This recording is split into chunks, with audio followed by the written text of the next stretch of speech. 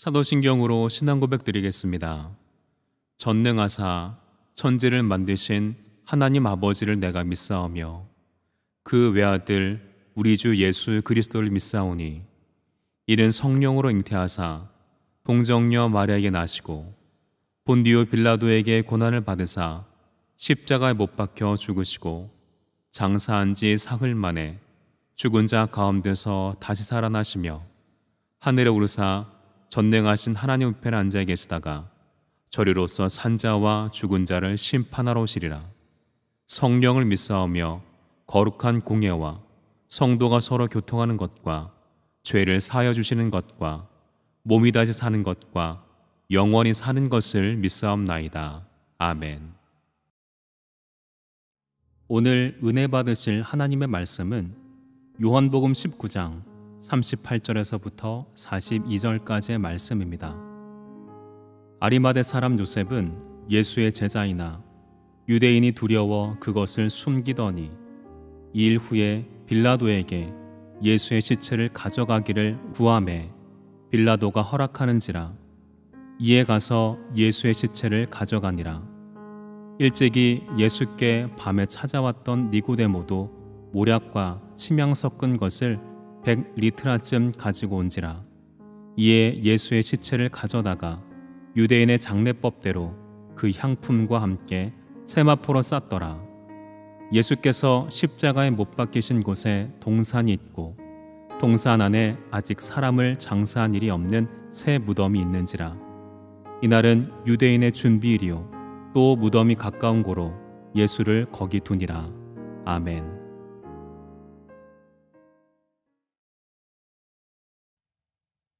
오늘은 무덤에 묻히신 예수라는 제목으로 함께 은혜를 나누겠습니다.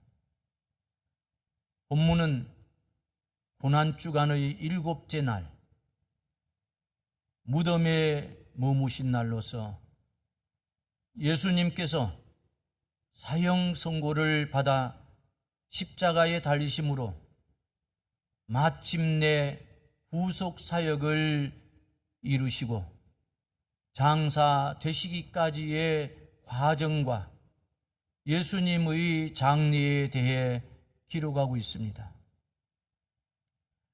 예수님의 장례는 십자가에 못 박히신 당일에 이루어졌습니다. 31절에 보면 유대인들이 빌라도에게 십자가에 달린 예수님과 두 강도의 시체를 치워달라고 요청한 사실이 나옵니다. 이렇게 유대인들이 시체를 치워달라고 요청한 이유는 나무에 달아 죽인 시체를 당일에 장사하라는 율법의 규정이 있으며 이날은 안식일, 그것도 6월절과 겹치는 안식일의 예비일이었기 때문이었습니다. 즉 예수님께서 처형당하신 날 저녁부터는 유대인의 최대 명절인 6월절과 안식일이 시작되기 때문입니다. 따라서 그날을 거룩하게 맞이하기 위하여 유대인들은 십자가 위의 시체를 미리 치워달라고 총독 빌라도에게 요구하였습니다. 그런 이유로 예수님의 장례는 신속하게 이루어진 것입니다. 한편 예수님의 장례를 주도한 사내들인 공회의 의원으로서 상당한 부자였던 아리마대 요셉은 예수님의 추종자였습니다. 다만 그동안은 유대인들이 두려워 공개적으로 자신이 신앙을 고백하지 못하고 있었습니다. 그러나 이제 예수님의 제자들이 모두 도망쳐버린 상태에서 담대하고 용기 있게 예수님의 시신을 거두어 장사 지낸 것입니다. 그리고 예수님의 장례에는 과거 밤중에 은밀히 예수님을 찾아왔던 니고데모도 함께 있었는데, 이들의 장례 행위는 일종의 공개적인 신앙 고백이었습니다. 즉 아리마대 요셉과 니고데모는 자신들이 지금까지 쌓아온 모든 기득권과 지위가 박탈될지도 모르는 위험을 감수하면서까지 반역죄와 신성 모독죄로 처형된 예수에게 호의를 보임으로써 예수님에 대한 그들의 신앙을 공개적으로 드러내는 성숙한 신앙의 모습을 보인 것입니다. 한편 우리는 본문에서 다음과 같은 세 가지 사실에 주목할 필요가 있습니다. 첫째는 예수님의 죽음의 확실성입니다. 예수님께서는 오전 9시에 십자가에 달리셨고, 그 후로 6시간 만인 오후 3시에 운명하셨습니다. 그리고 로마 군병들은 예수님의 죽음을 확인하기 위해 창으로 옆구리를 찔렀고, 그 결과 예수님의 몸에서 피와 물이 흘러나왔습니다. 이는 예수님의 죽음에 대한 확실성을 증거하는 것입니다. 둘째는 근본 하나님의 아들이신 예수님께서 무덤에까지 장사되신 것은 성자의 낮아지심의 극치라는 사실입니다. 즉 하나님의 아들이신 예수님께서는 하늘 영광을 버리시고 이 땅에 오셔서 온갖 순환을 당하시며 죄인으로서의 죽임을 당하여 무덤에 들어가기까지 낮아지신 것입니다. 이러한 예수님의 철저한 희생은 인간을 죄에서 구원하시기 위한 하나님의 끝없는 사랑과 은혜입니다. 셋째는 아리마대 요셉과 니고데모에게서 볼 수 있는 참된 제자의 자세입니다. 즉 참된 신앙을 소유한 성도란 평안할 때뿐만 아니라 환난을 당할 때에, 그리고 축복을 누릴 때뿐만 아니라 핍박을 겪을 때에 오히려 더 적극적이고 헌신적인 자세로 예수 그리스도를 섬기고 따르는 자들인 것입니다. 그러므로 예수님께서도 아무든지 나를 따라오려거든 자기를 부인하고 자기 십자가를 지고 나를 쫓을 것이니라 라고 말씀하신 것입니다. 넷째는 예수의 십자가는 사람을 변화시키는 능력이 있습니다. 38절에 보면 예수를 믿으면서도 유대인들에 대한 두려움 때문에 이를 숨겨왔으나 예수께서 운명하시자 담대히 빌라도에게 들어가서 예수님의 시체를 요구한 아리마대 요셉의 용기 있는 태도가 나옵니다. 요셉은 지금까지 성경에 등장하지 않았던 인물입니다. 이는 그가 그만큼 철저히 예수님의 제자가 된 사실을 숨겨왔음을 시사해 줍니다. 그는 사내들인 회원이었습니다. 이것은 그가 자신의 믿음을 공개적으로 드러내지 못한 결정적 원인이었습니다. 당시 산헤드린 회원은 유대의 지배층으로 권력을 누리고 있었습니다. 그런데 그는 예수님께서 운명하시자 자기의 정체를 공개적으로 드러내고 예수님의 시체를 요구한 것입니다. 즉, 요셉은 전혀 딴 사람이 된 것입니다.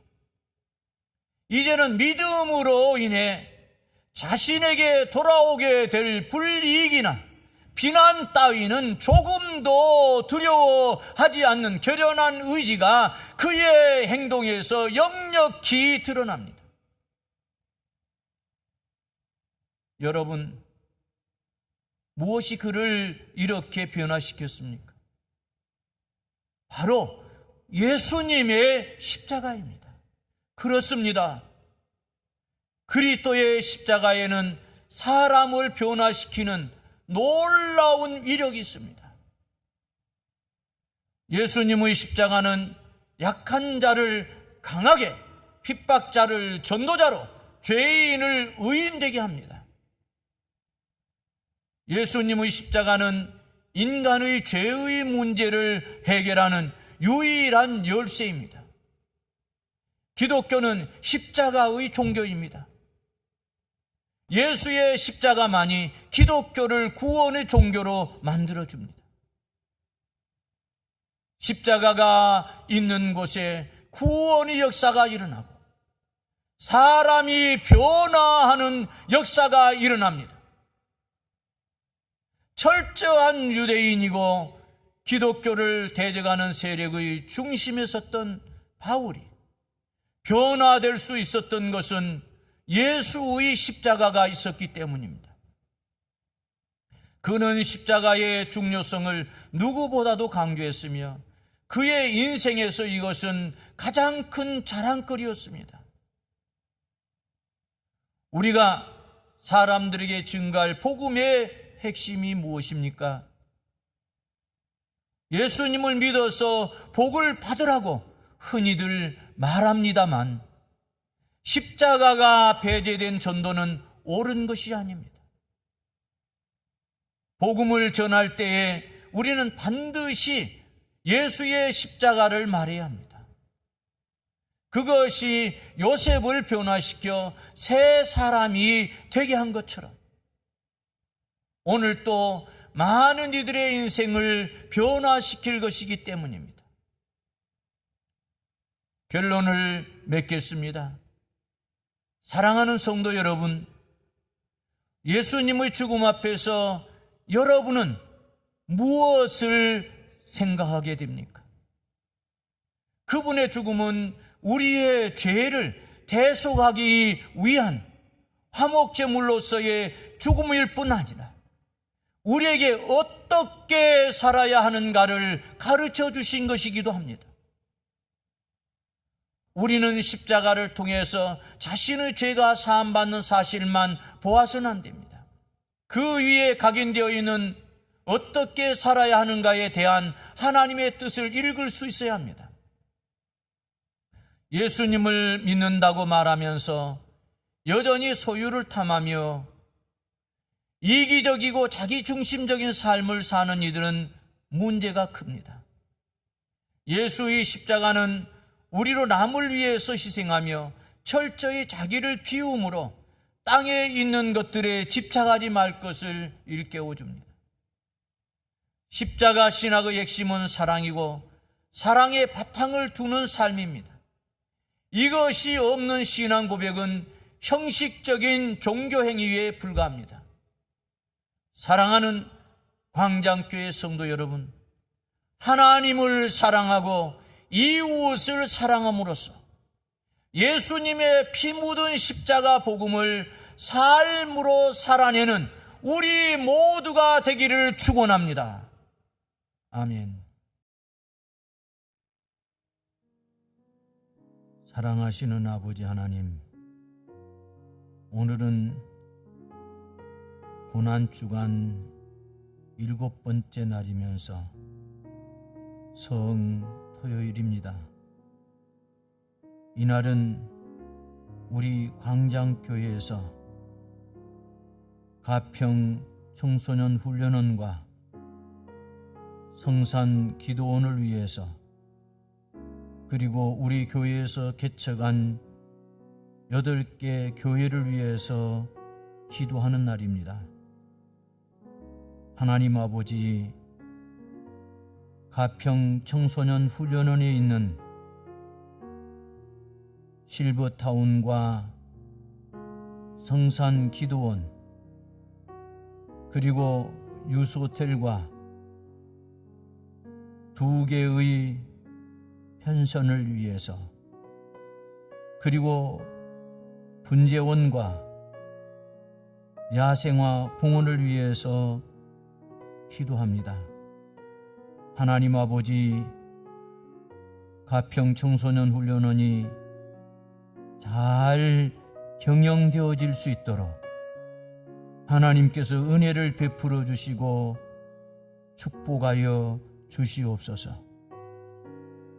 그러므로 하나님 아버지, 우리 광장교회 성도들과 모든 그리스도인들이 그곳에 와서 휴식할 수 있고 또 쉼을 얻을 수 있도록 은혜를 베풀어 주시옵소서. 그곳에서 영성이 크게 부흥할 수 있게 도와주시고, 그리고 마음과 몸이 힐링되어질 수 있도록 은혜를 베풀어 주시옵소서. 하나님, 우리 교회에서 개척한 8개의 교회가 있습니다. 그 교회의 교역자들과 교회를 든든히 붙들어 주셔서 그 교회가 크게 부흥하여 그 지역사회를 잘 섬기고 또 많은 영혼들을 구원할 뿐만 아니라 선교하는 교회로 자랄 수 있도록 하나님께서 은혜 주시고 축복하여 주시옵소서. 예수님의 이름으로 기도하옵나이다. 아멘.